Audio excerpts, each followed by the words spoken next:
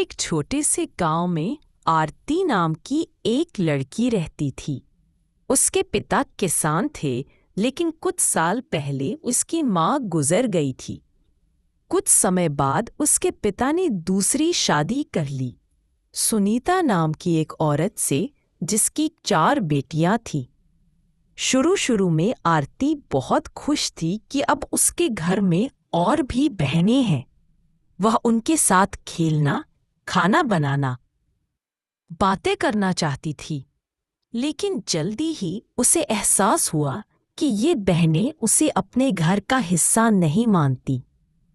आरती एक पुराना कपड़ा पहनकर बर्तन धो रही है, जबकि बाकी चारों बहनें नए कपड़ों में हंसती हुई गुड़िया से खेल रही हैं।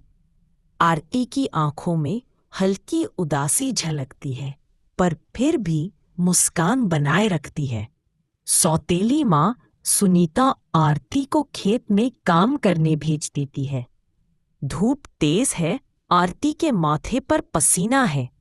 एक दिन गांव में स्कूल का प्रतियोगिता कार्यक्रम होता है। आरती को भी गाना गाने का मौका मिलता है, लेकिन सौतेली माँ उसे रोक देती है। तू खेतों के काम के लिए ठीक है, गाने के लिए नहीं। आरती रोते हुए चुपचाप कोने में बैठ जाती है।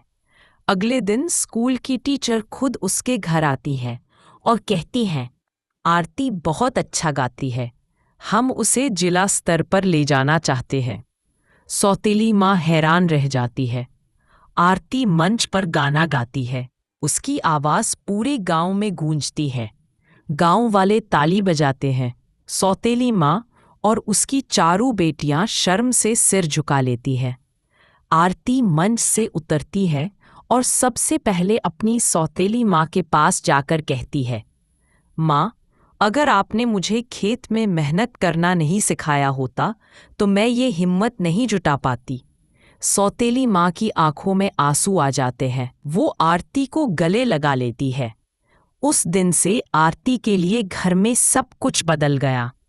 चारों बहनें अब उसकी सच्ची दोस्त बन गईं और सुनीता ने पहली बार दिल से उसे बेटी कहा। आरती की मुस्कान ने सच में पूरे घर को रोशनी से भर दिया।